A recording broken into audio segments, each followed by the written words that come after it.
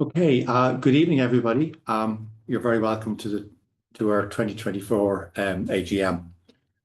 Just to say at the outset, the meeting is being live streamed on YouTube, just so that you're aware of that.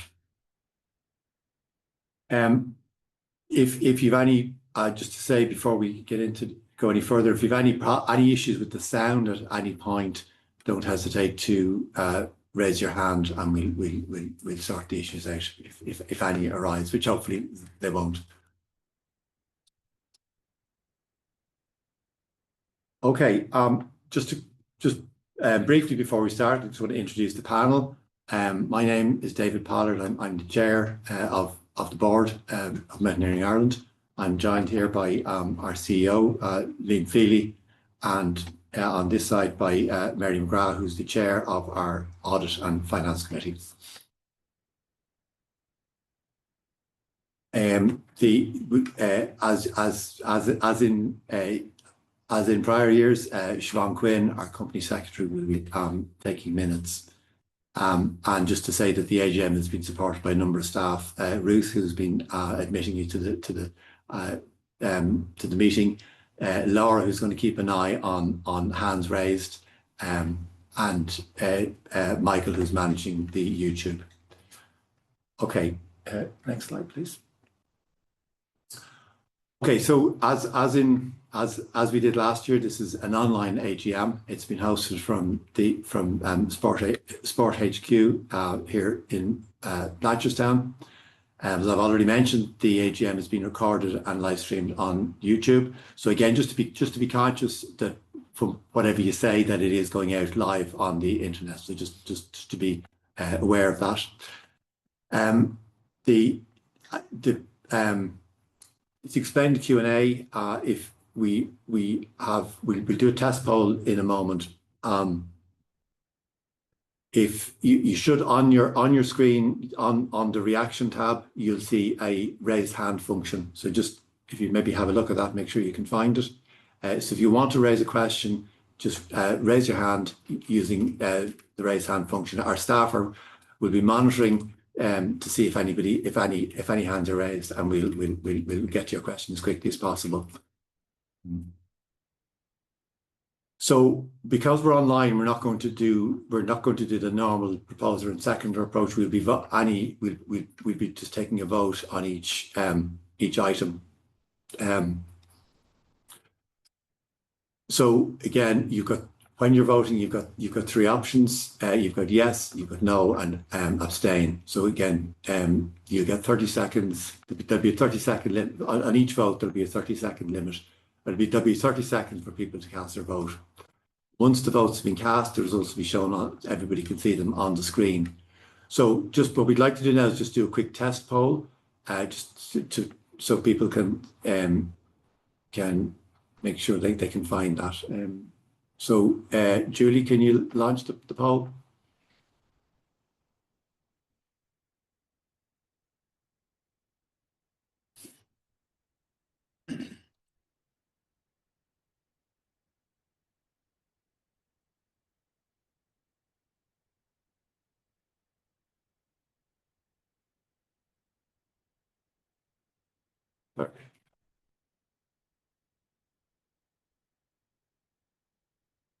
Okay, just I noticed a few people haven't voted one way or the other. Just maybe you might just try and just so we can just confirm that it's working for everybody.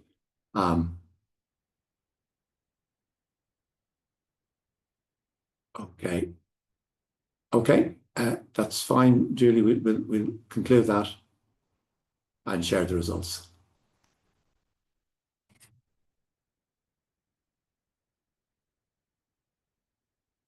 Okay, we can get rid of that now.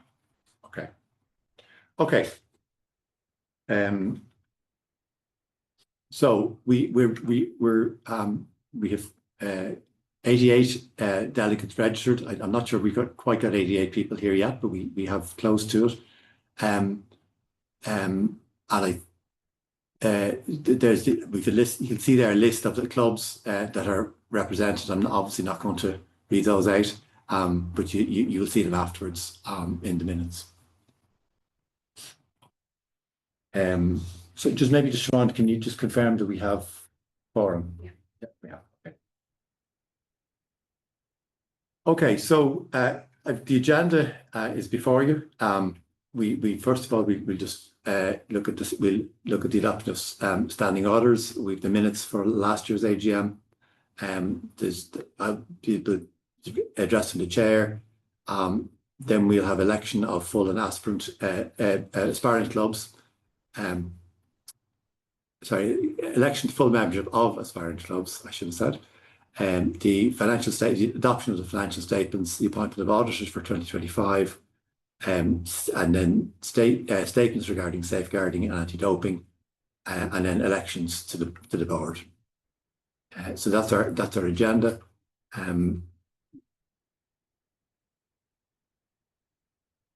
Okay, so the adoption of standing orders is the first item on our agenda. And again, this is as in prior years. It essentially sets out the amount of time that people have to speak for and against motions. In fact, we haven't received any motions. So rather than taking a formal vote on this, I'm proposing we would just if we would take it as accepted unless anybody objects. So if anybody would prefer us to take a vote on this, please raise your hand. We're quite happy to do so. But just the point is we haven't received any motions, so it seems a little academic to take a vote on standing order setting out time that people are allowed to speak for and against motions.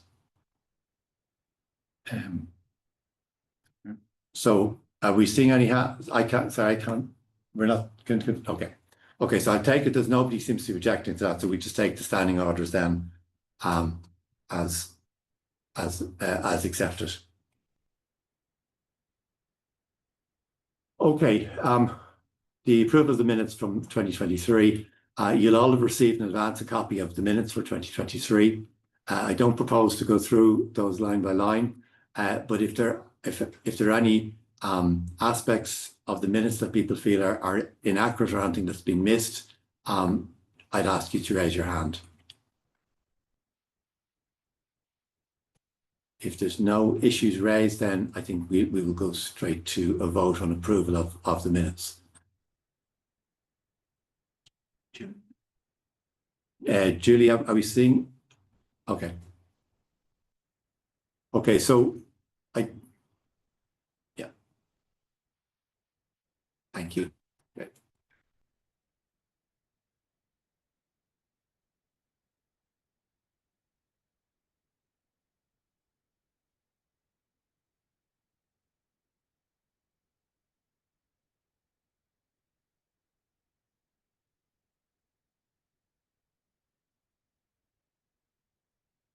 Okay, I think we can end the poll. Okay, so people can, everybody, people can see the results. Is that clear? Maybe just somebody confirm that you can actually see the results of the poll. Okay. Okay. Okay, I just want to make, before getting into I suppose the serious business tonight, I'd just like to make a few comments as chair. First of all, on behalf of the board, I'd like to welcome you all, our delegates, those watching online, our staff and our board members. I suppose I'd also like to give a particular thanks in advance to our company secretary, Siobhan Quinn, who's put a huge amount of work into making sure that everything runs smoothly this evening. I suppose I would say that the online AGM concept is relatively new to us, having been adopted out of necessity during the COVID years. I suppose we've been learning each year as we go along and trying to improve matters. So I would say that if you've, as always, I would say if you have any comments about the AGM or the format of the AGM, you might share those with us afterwards. Any feedback we receive would be most welcome. As always, I'd say we've been trying to improve things as we go along. Okay, so I'm going to make just a few general comments and I've picked 4 headings. I can talk a little bit about the organisation and what's been happening in the organisation over 2024. I just want to talk a little bit about the work we do to support participation in the sport, a little bit about our mountains, both access to them and protection of them. And I want to make some comments about competitive climbing. 2024 saw our membership exceed 16,500 for the first time in our history. And I suppose this reflects kind of strong recovery that we've seen after the dip during the COVID years. You'll see there from the graph on the bottom, our membership, I suppose, has been growing steadily over maybe the last 10 years with a little bit of a wobble around COVID. But it's good to see that growth trajectory is continuing. Our membership, and you'll see this from the report that we shared, the annual report that we shared with you yesterday. Our membership is drawn from across the island of Ireland, and it continues to have a good balance across by gender, across regions, and between urban and rural communities. We do recognise, however, there's more to be done to attract certain groups, such as younger people, those new to outdoor activities, and members of certain minority communities. We celebrate the fact that there's been a significant increase in popularity in both hiking and climbing in recent years. And we hope that we can persuade many of those new to hiking and climbing of the benefits of joining with our community. One example, I suppose, of the kind of reaching out we've been doing to younger groups is the workshop that we held for youth clubs at Tollymore last October. Over a weekend, students from 9 universities engaged in workshops led by staff and volunteers, which focused on safe practice, risk assessment, group management, and lots of practical skills for both hiking and climbing. Unlike many of the other NGBs, our members are virtually all participants. We don't have any pavilion members. So our healthy membership numbers reflect actual activity on the hills, and I suppose are a testament to the work done by our clubs in driving participation all across the island. Internally, we saw a number of changes during 2024. We had a new CEO, Liam, appointed. We created a new post around hill walking, and we created a new post around of high performance coordinator. I'll talk a little bit about those further on. As is the case with all funded sports bodies, Mountaineering Ireland adheres to the Sport Ireland Code of Practice for Good Governance of Sporting Organisations. During the year, MI took a number of actions to strengthen our governance arrangements, including the formation of a new governance committee and a review of the governance arrangements for all our committees. The board recognises that this work is not only essential in terms of protecting our future funding, but also adds real value to the organisation. In reviewing our committee structures, for example, we actually identified a number of new ways in which the committees could add value thing where there had been maybe uncertainty about their roles in the past. Supporting participation in our sport is at the core of everything we do. So there's quite a lot I could talk about here. However, just a few particular things that I'd like to call out.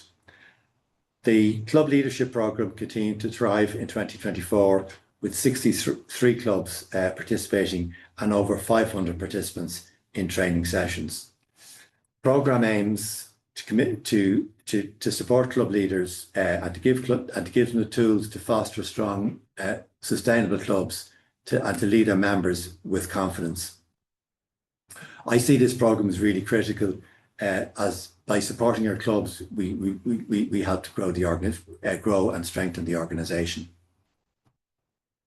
Training remains vital to safety on the mountains, and we continue to support training in a number of different ways. First of all, we do it through the formal training programs, through Mountain Skills, Mountain Leader, all of those more formal schemes. We also do it through Happy Hiking.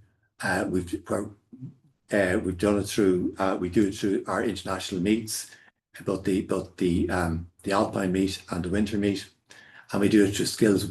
We do it through skills workshops and through the supports that we give clubs. Our international meets provide an opportunity for members to develop skills in both winter and alpine mountaineering, something that's really not possible to do here in Ireland. And these, I think that sometimes there's a perception that these meets are for people at a very advanced skill level. In fact, they're for everybody. They cater for a wide range of skill levels, from beginners to more advanced, and they're extremely enjoyable. And if you haven't experienced one, I would recommend that you consider doing so. I would also like to say that looking at our Alpine meet, it's good to see that in 2024 our guides, we had 50-50 gender balance in our guides for the Alpine meet, which I think says something really positive about us. I'd also like to point out that 40% of the participants were in the youth category, which again is very positive. In addition to the more formal training qualification schemes, our Happy Hiking campaign encourages safe and enjoyable experiences in the mountains. This programme continued to grow in popularity with over 37 events held across the country. We launched a new series of short videos to complement the Happy Hiking campaign, and these were widely shared across social media. Also, as I'm talking about training, I really would like to acknowledge the vital role that clubs play in mentoring and supporting their own members to upskill. Much of this vital work that's done by clubs is done without any fuss and often falls under the radar. Mountaineering Ireland continues to support women and teenage girls to engage in hill walking and climbing, to develop skills and to gain confidence on the hills. This is done in a number of different ways. It's done obviously through our Women with Altitude programme. It's done through events like the Women's Boulder Meet, Her Outdoors, and Summit Sisters. I'd particularly like to call out Women with Altitude, which really has been a phenomenal success, and over the years has been growing from strength to strength. It's particularly satisfying for us to see such high demand for places on this, and to see such excitement and enthusiasm around the event. It's really been a phenomenal success. As an organisation, we're really pleased to continue to be part of the Get Ireland Walking initiative, which makes such a positive contribution to health and well-being across the country. This programme reaches well beyond our own membership to many who would not ordinarily consider themselves to be hikers or hill walkers. Lastly, under participation, there's two particular events that I have to mention, which are really, again, have been going from strength to strength in recent years. And these are the Autumn Gathering and the Lynham Lecture. I believe that these events reinforce a strong sense of community within our organisation as they continue to grow in popularity. particularly like to thank Sligo Mountaineering Club for hosting the autumn gathering and making it such a success. It was particularly nice to see Dermot Summers, who's been, I suppose, so actively involved in Irish mountaineering for so long, receive the Lynham Award in November. And a particular thanks to all our staff and volunteers who made that evening such a success. And again, it's something that maybe you haven't had the opportunity to go.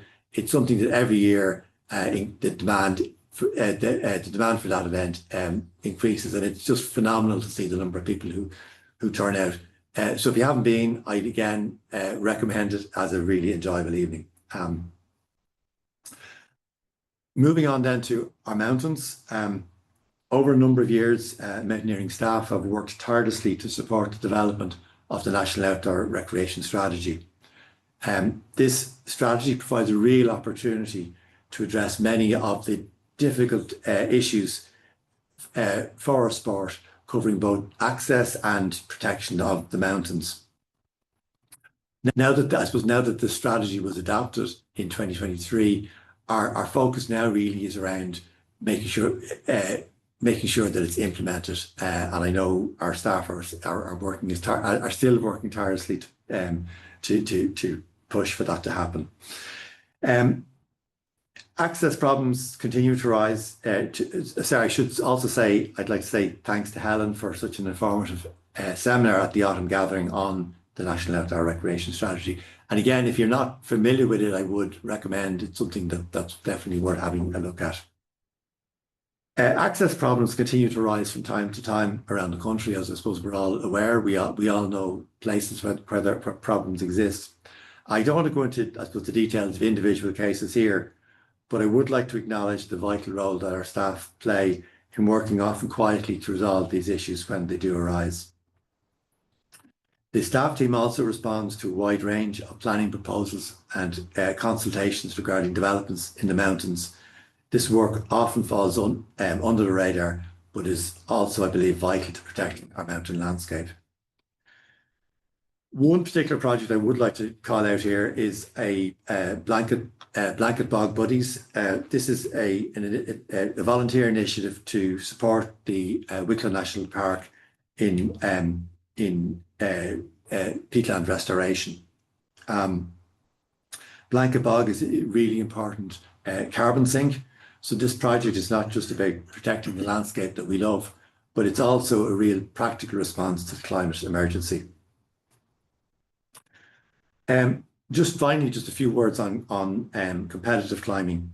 And just those two things I suppose I'd like to mention here.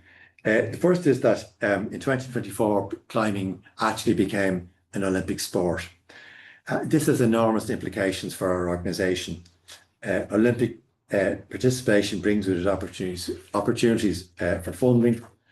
It raises the profile of the sport, and it provides a pathway for younger people, not just into climbing, but also into mountaineering and hill walking. Finally, I'd just like to mention the really important contribution our high performance coordinator. This is one of the new roles that we created in 2024. I mentioned that at the start. So I'd like to mention the important role that Jackie has played in a relatively short period of time in developing a strategic performance pathway for climbing. I suppose this puts a more focused and strategic approach around talent development, and I believe it sets us up well for future success. Finally, none of this would happen without the input of a huge number of people, and there's lots of people to thank. I'd particularly like to thank our staff team who really work tirelessly on so many different fronts, and are always available to work at most odd hours. I'd like to thank all our volunteers across a whole range of both those who are on formal committees and people who work who volunteer in all sorts of different capacities for us. I'd like to mention our funders, without whom a lot of this wouldn't be possible. Our obviously various service providers and those that we collaborate with.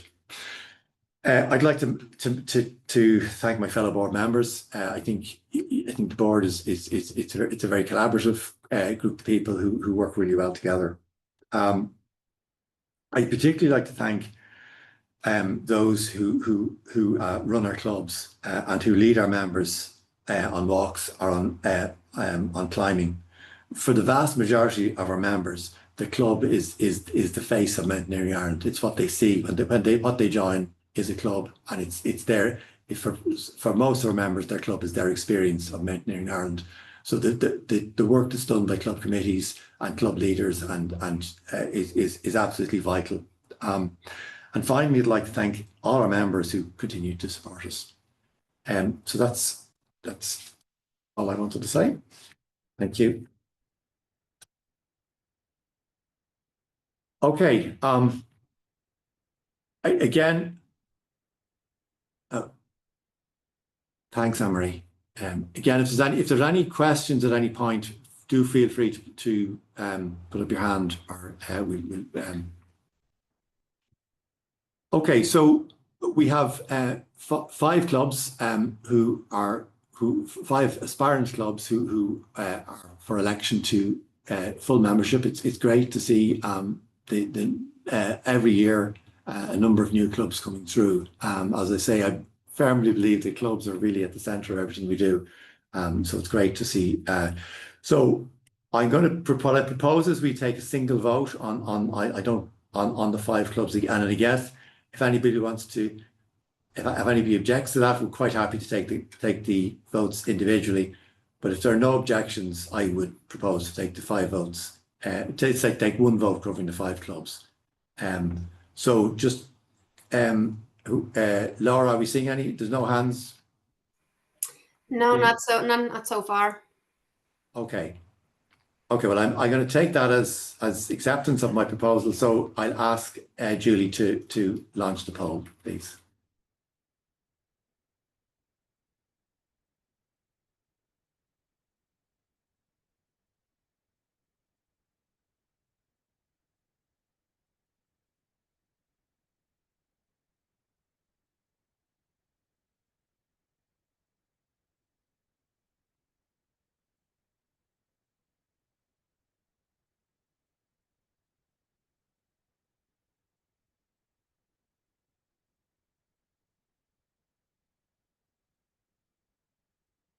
Okay, I think that's 30 seconds. Okay, so we can everybody see the result of that?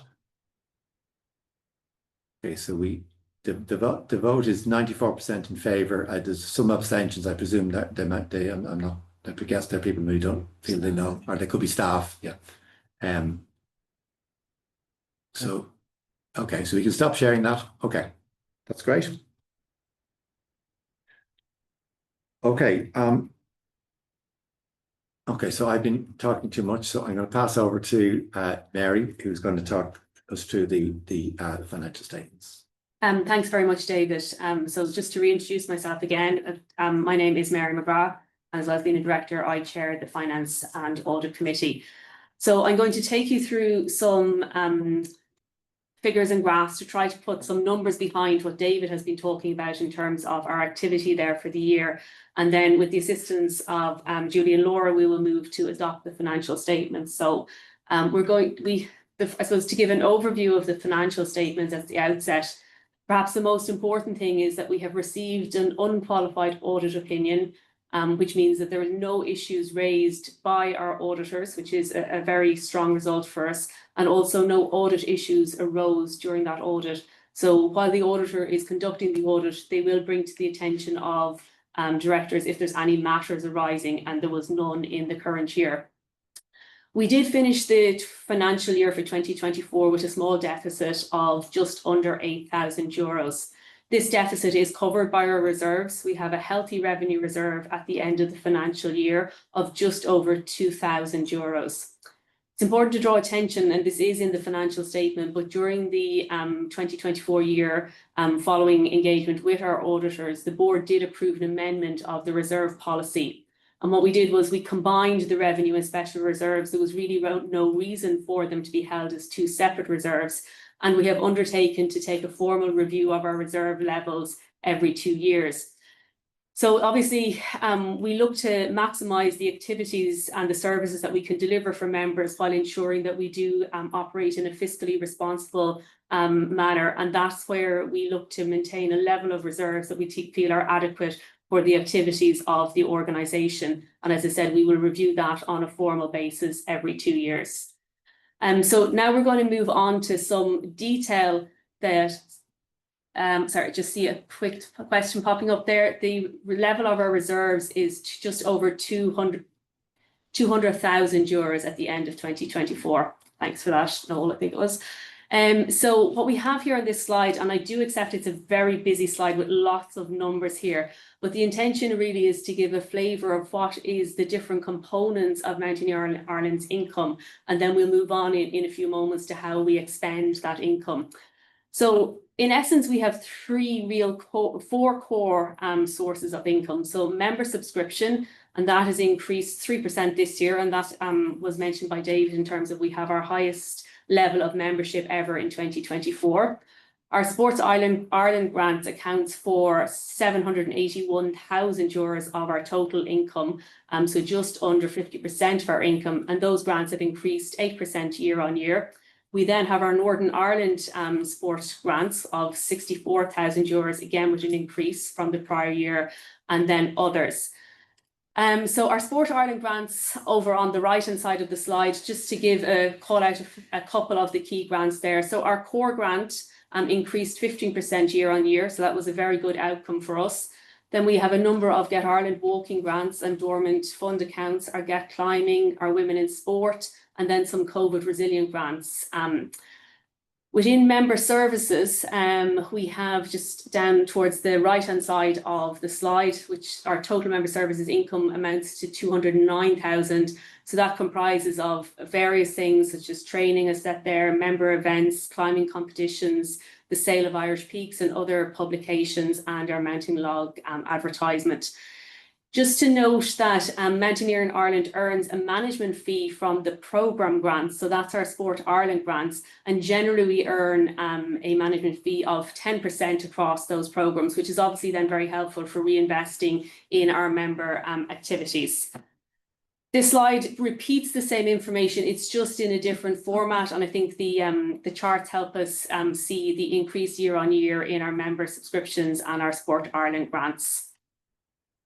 Again, this just gives a different presentation breaking down our Sport Ireland grants. So as you can see, our core grant takes up the biggest part of the pie, or the largest part of the bar chart, and followed closely by Get Ireland Walking and then our Get Ireland Walking dormant account funds. And then you can see how the other grants fall in line with that overall Sport Ireland grant income. So again, this slide, it's the same thing. It's a different representation of how our member services, so training, as you can see, accounts for nearly 50% of our member services income, closely followed by member events, climbing competitions, and publications of Irish Peak and various other publications. So then to look at how we expend that income that we receive on an annual basis. So this slide, again, it is quite busy with a lot of figures on it. So we do have some graphs that try and help make that more accessible on the next couple of slides. But just to highlight some key costs here. So obviously our wages and salaries account for a large portion of our expenditure at 546,000. And that accounts for all the Mountaineering Ireland staff and the activity that they do here. Administration costs we'll come back to in a second because I have a further breakdown. Other key costs to call out are the Mountain Log printing and postage at 120,000 in the 2024 year. Our insurance costs are another sizable expenditure at 96,000, followed closely by expenditure on training at 66,000 and member services and participation at 69,000. Down towards the bottom of this table, we have our programme costs. So our programmes are our Get Ireland Walking, our climbing competitions, our Women in Sport, and they are funding that is given to Mountaineering Ireland for very specific activity. And this represents the costs associated with those specific activities. So overall, our expenditure has increased 1% year on year, 24 versus 23. So our next slide presents the same information. It has, as I said, exact same information, just in a bar chart format, again, showing that wages and salaries, the staff of our Mountaineering Ireland team here really accounts for the vast majority of the costs of running the organisation. I did say I'd come back to the administration expenses. So this pie chart breaks down our administration expenses. Our key expenses in here are the website and our IT costs at 36,000, followed by the second largest slice of the pie of depreciation of 30,000. Now, depreciation isn't actually a cash expenditure incurred in the year. Instead, it is the depreciation or consumption of our fixed assets over the useful life of the fixed assets. Other costs that are worth noting there are our marketing and communication costs, our temporary administration support at 11,000. We bring on, for a very short period of time, around membership renewal each year, some temporary administration support to ensure that all of our members and renewals is done on a very timely basis. The other large part of that pie there is our rent cost, which is the rent that we pay on Mountaineering Ireland's office space here in Blanchardstown. Might move on there.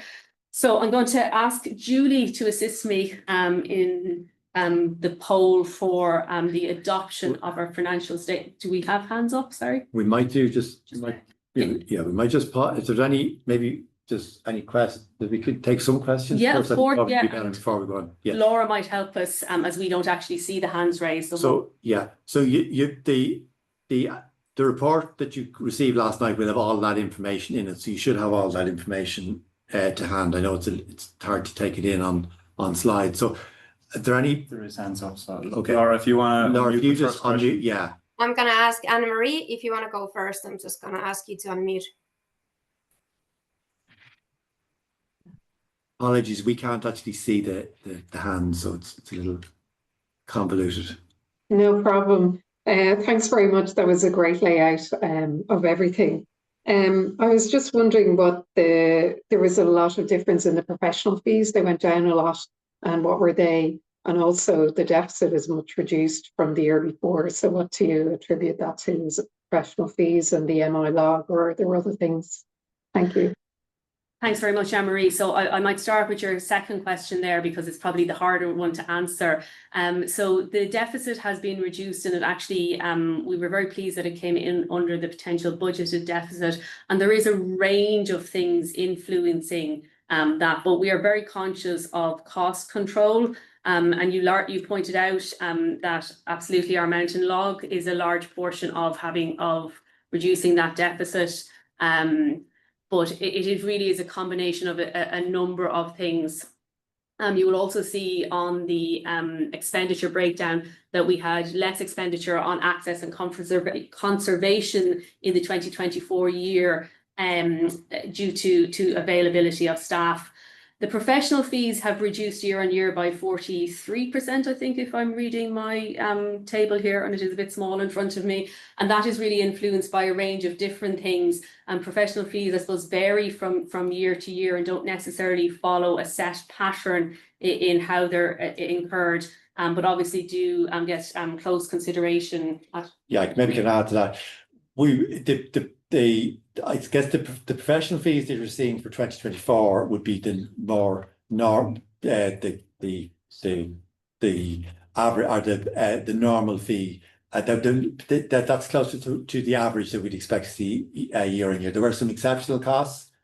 We did a lot of work, you may remember, around. We did some. We did what we called a culture survey. We had some HR support during that year, which wouldn't be normal. So the 2023 was abnormally high. 2024 is probably more normal. Thanks for that, David. I joined in 2024, so David does assist me on the history sometimes. So thank you, David. Thanks, Anne-Marie. I hope that answered your question.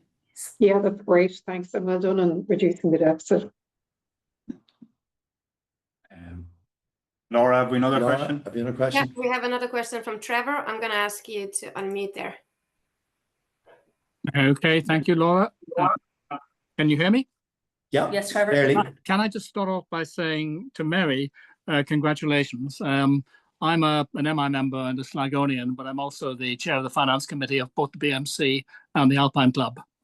And so I'm used to looking at presentations like this, and that was extremely clear and extremely helpful and answered at least 2 of the questions I had. Could I just ask you, first of all, I think somebody mentioned a moment ago the report that went out last night. Now, a couple of my questions were because I didn't have in front of me the stuff that you've just put up in the slides, Mary. Is that generally available? And even if it is, would it worth be putting in the stat accounts that you published as part of the agenda items? Would it worth be putting in a back page for members to see the analysis of income and expenditure? Because of course it's not visible at the moment. Yes, so the report that we mentioned is available on the website at the moment and would have been published yesterday on the website, so that should be available for everyone to see. It is our first year presenting the financial information in this manner, so it's great to get your feedback, Trevor, and I'm really delighted to hear that you found it useful, and we certainly can look to expanding on that for future years, Trevor. So it is on the website. I think ideally we probably would have got it out a few days earlier. This is the first time we've done this, and I suppose we were all hands on board really up to the last minute. So we got it out yesterday evening. The objective was to get it out before the AGM, which we did. But I hopefully again feedback on that would be very grateful for. I mean, the slides are terrific. It's very clear. The only thing I would suggest is if in future years you are able to get out a bit earlier, perhaps put it in the link stuff with the notice of the meeting, so that if that's possible, so that people can actually look at it, because all they have at the moment are the statutory accounts, which for most people who aren't accountants are not terribly meaningful. Yeah. Whereas the slides are helpful. So that was the first thing. The second thing, Mary, is on the reserves.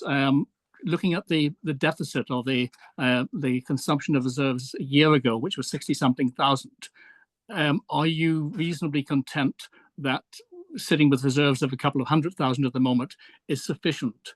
Because you wouldn't need too many years of losses of that sort to wipe it out.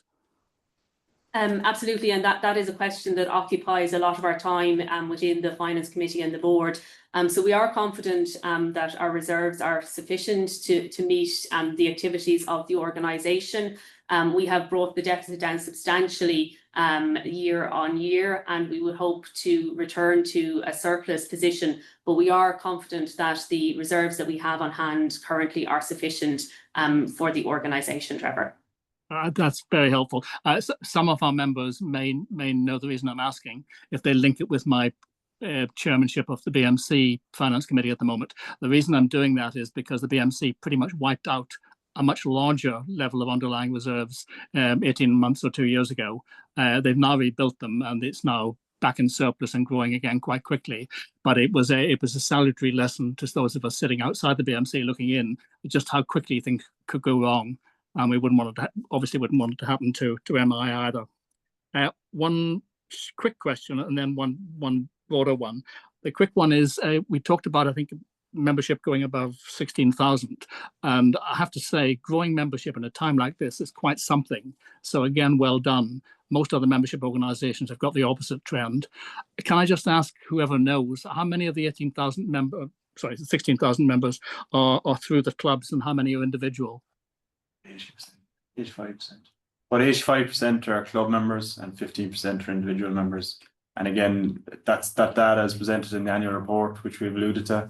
So if people have a screen there, they can jump onto our website and they'll see the annual report, and it presents it quite a nice way, I think. So I hope that answers your question, Trevor. It does. That's perfect. And final question from me. And again, this bears on the BMC experience on the other side of the water. Have you got any view about the change in the cost of running MI, admin costs and staffing in particular, I guess, as a consequence over the last few years of becoming more and more of an NGB rather than just a membership body? To do with governance and all of the regulatory baggage that goes with that. Yeah. Trevor, I assume what you're alluding to is essentially every NGB, and I'd speak to them quite regularly, is having similar discussions that the additional governance requirements of being an NGB are taking its toll on everyone when especially when you add in inflation and things like that. That every NGB is feeling the squeeze a little bit, and it's, Sport Ireland are funding us, so we're grateful for that. But also to get that funding, there is a lot of requirements, and you have to be, up to scratch to make sure we can fulfill those, those funding applications, etc. So I don't know if I'm answering your question, but I'd agree with you. It is there's a fine line there, I think. No, I think that's the answer I would expect, and it's what I'm finding with the BMC. About a third of BMC income, which is obviously much larger than MI, comes from publicly funded bodies, and 2/3 from being a representative body in the more traditional model. But it does very quickly become a significant extra cost base, just making sure that you've got people in place to do with things like safeguarding, but the extension of safeguarding and all the other things that goes with making sure that government regulators understand that you're complying with what they need. And again, if that gets out of control, you could easily find that the core representative things, the hill walking and everything else that you were talking eloquently about at the beginning of the meeting, become a bit of not a sideshow, but they in terms of staff time, they can get left behind with dealing with public funding. Yeah, I think that's a really good point, Trevor. I think it's something that we'd certainly share that view, and I suppose it is something that does occupy our thinking. I mean, I think if you look at this, when you look at the Sport Ireland income, the actual core income is actually considerably less than I think it's, if you've got 700 odd thousand, and a bit little under 300 that is actually core funding. The bit between the 300 and the 700, they're very prescriptive about what you have to do with that money. So we can't do with that as we wish. We have to spend that on quite specific things. So I suppose the stress from the additional governance requirements is absolutely real. Now, I guess one of the things we have been trying to do is be more efficient about how we tackle that. I think like the establishment of the governance committee last year has been really helpful. It has allowed us to, I suppose, take some of that governance work offline and do it in a more efficient way. I think we've put a lot of effort. A year or two ago, we put a lot of effort into safeguarding and streamlining our safeguarding. That's now done. Obviously, we now have to maintain it going forward, but I think we're trying to be more efficient in how we tackle those things. But you're right, absolutely right. It is a real challenge, and the demands on NGBs are just growing all the time, and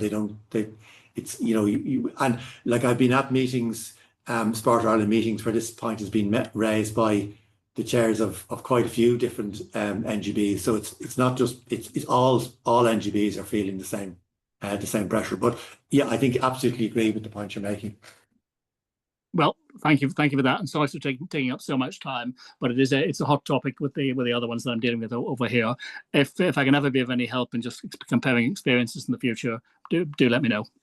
Cool. Thank you very much, Trevor. I'd just like to clarify one thing. I said 85% club members, actually 82% club members. Just to that's still very good. Yeah. Thanks, Trevor. Thanks a lot. Laura, is there any other questions or any other hands up?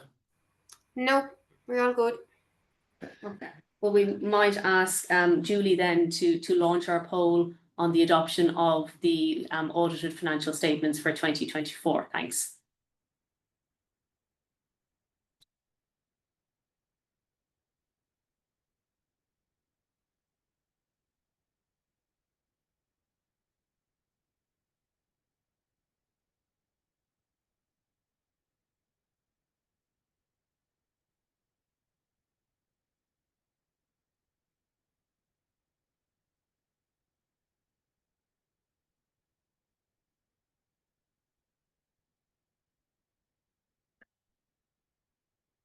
Okay, that's it. Yes. Okay.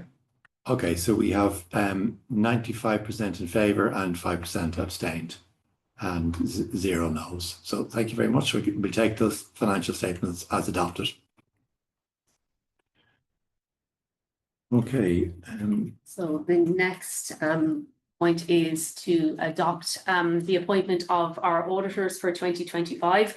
So OSK Chartered Accountants are our current auditors, and they have audited us for 2 years now running. So the proposal is to reappoint them as auditors for 2025. So again, I might ask Julie to launch the poll there for us. Thank you, Julie.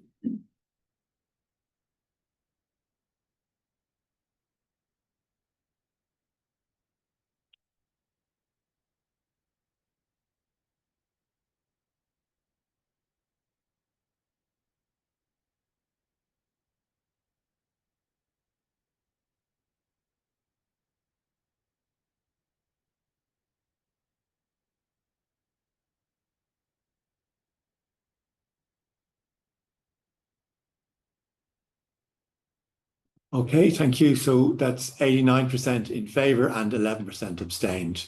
So we'll take that as accepted. I guess I probably would like to maybe make just to say we as a board we meet with our auditors once a year without just without staff present, and I suppose we had they were very the auditors were very clear that that in their appreciation for the cooperation and support they received from staff during the audit. So I just want to acknowledge that. Thank you. Okay. I'll take this part. I actually started speaking, but I haven't introduced myself to anyone who doesn't know me. Liam Feely, Chief Executive Officer here at Mountaineering Ireland. Anyone who I haven't met before, very nice to meet you, and thanks for attending the AGM. So I suppose Mountaineering Ireland's safeguarding policy, the child safeguarding framework, complements the Northern Ireland safeguarding.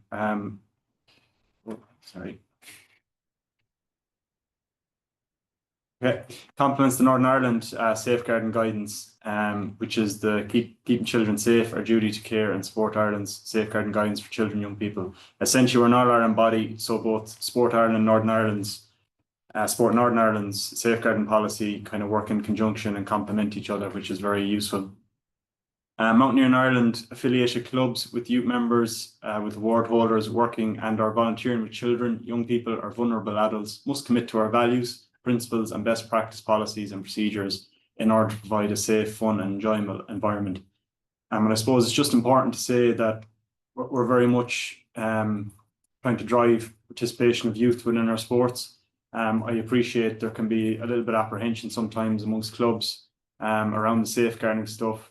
I suppose it's just to let you know that we are here to help. If it's something that's on your own club agenda and something you're thinking about, please do come forward and talk to us. Pamela Bastable, our National Children's Officer, that's her role. She's here to support clubs and individuals with all safeguarding concerns and matters and simplify the process for you and make it something that may be more appealing to your club. So please do get in touch around safeguarding if you feel, even if it's a thought that's crossed your mind.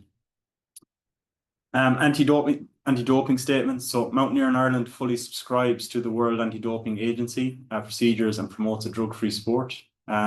We reference anti-doping in the rules of all our climbing and national climbing competitions. We provide education for members of the youth climbing team and other climbers who compete at international competitions, and we include anti-doping education as part of all our relevant coaching education programs. Essentially, we align with all the rules and regulations around anti-doping, which again is very important within the competition sector, particularly at international level. Okay, are there any if there are any questions at any stage, please don't hesitate to raise your hand. Laura, I presume we're not seeing any. Okay. No, David. Okay, so that brings us then to the next item on our agenda, which is the nominations for membership of the board. Maybe just to mention that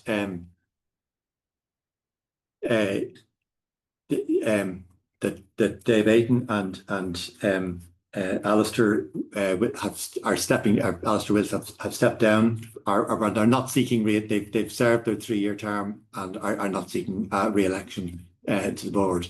We also have a nomination. We also have a vacancy because Ian Lawler retired from the board a couple of months ago. So we have we've received 3 nominations. Mary McGrath who's nominated by Club Coolin, based in Wicklow. We have Ravi Janik, who's nominated by Sneem Walking Club in South Kerry. And we have Trish Walsh, who's nominated by a number of individuals, but essentially all from the Connemara area. So we've got an essential nomination from Wicklow, Wicklow Dublin, I suppose, Kerry and Connemara. We have 3. We have 3 nominations. We've 3 gaps. So what I would propose, if there are no objections, is to take a single vote for the 3 covering the 3 nominations. Is any objection? Again, if you prefer us to vote individually, we're happy to do that. But if I don't see any hands, I'll take it that we're happy to go for a single vote covering the 3 nominations.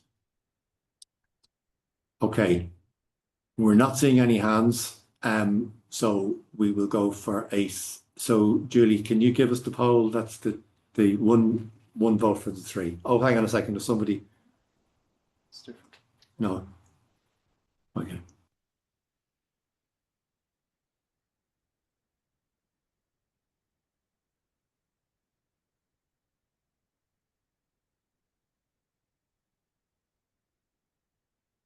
I appreciate it. Maybe might seem slightly academic when we've got 3 nominations for 3 places, but I think it's good to do this formally.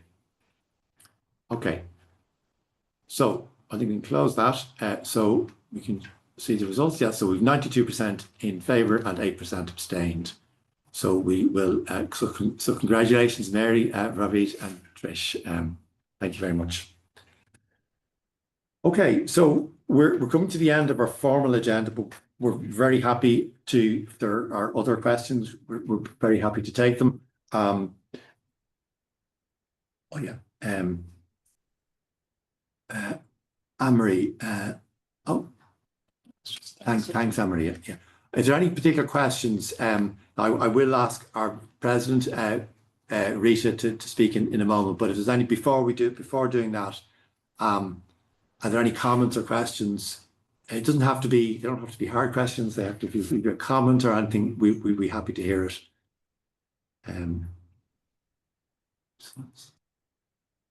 Okay, I'm not seeing. Okay, Simon, yeah. Thanks for the finance presentation. Echo comments made, reserve levels, yeah. And Simon, just to say, we are, I mean, that is, as Mary has already alluded to,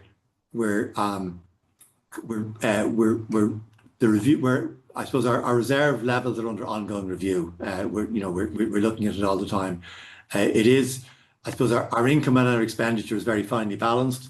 So if we put money into reserve, it means we're taking money out of services to members. So it's quite a, and I suppose it's quite a fine balance. But we are keeping it under review. Okay.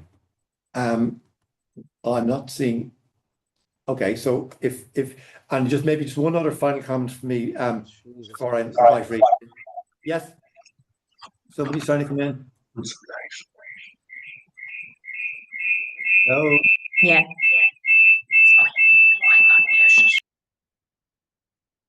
Hi, Rita. Hello.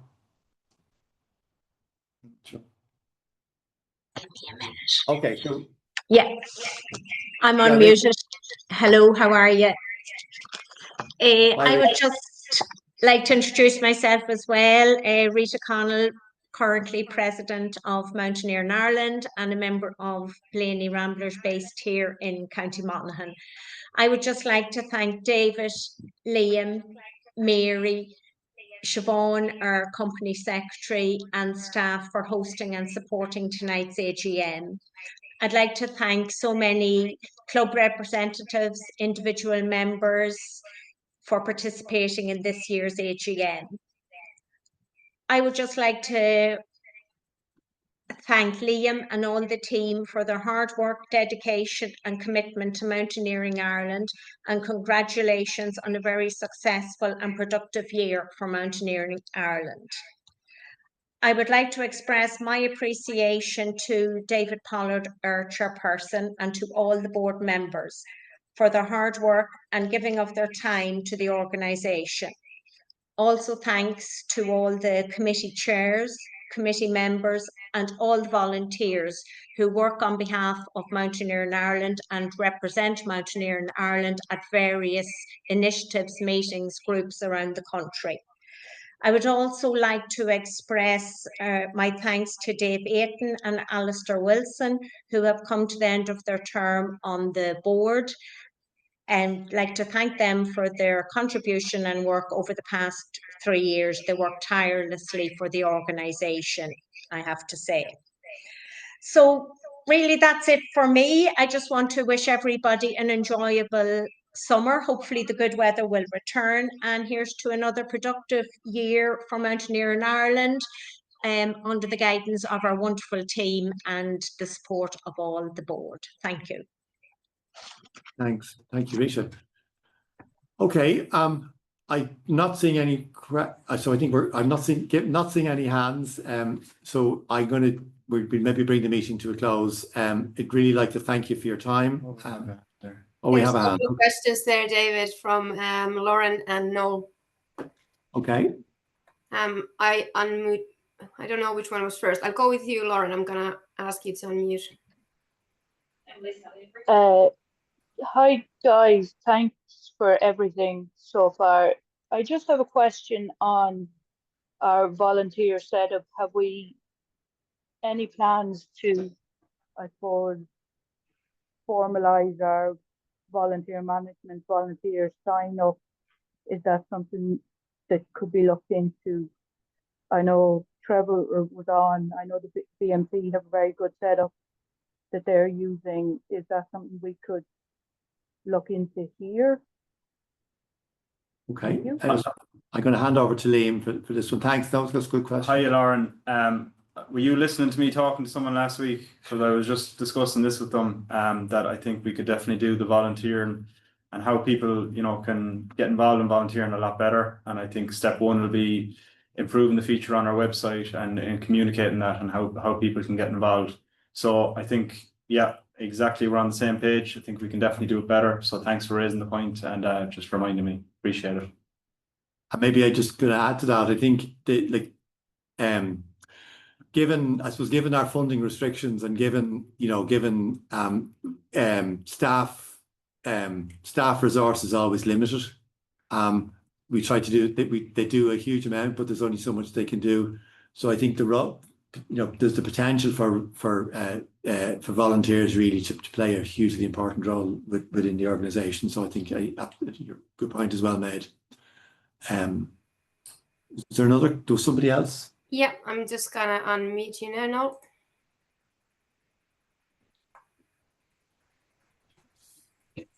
Hello there, how are you? My name is Noel Juniak. I'm chairman of the Galway Walking Club. I'd just like to thank you all for presenting a very good meeting. And also to all the great work that's been done over the winter, especially with the turbulent winter we had with the storms, etc., bringing back in all the walks and trails to ensure that it's a safe access for everybody.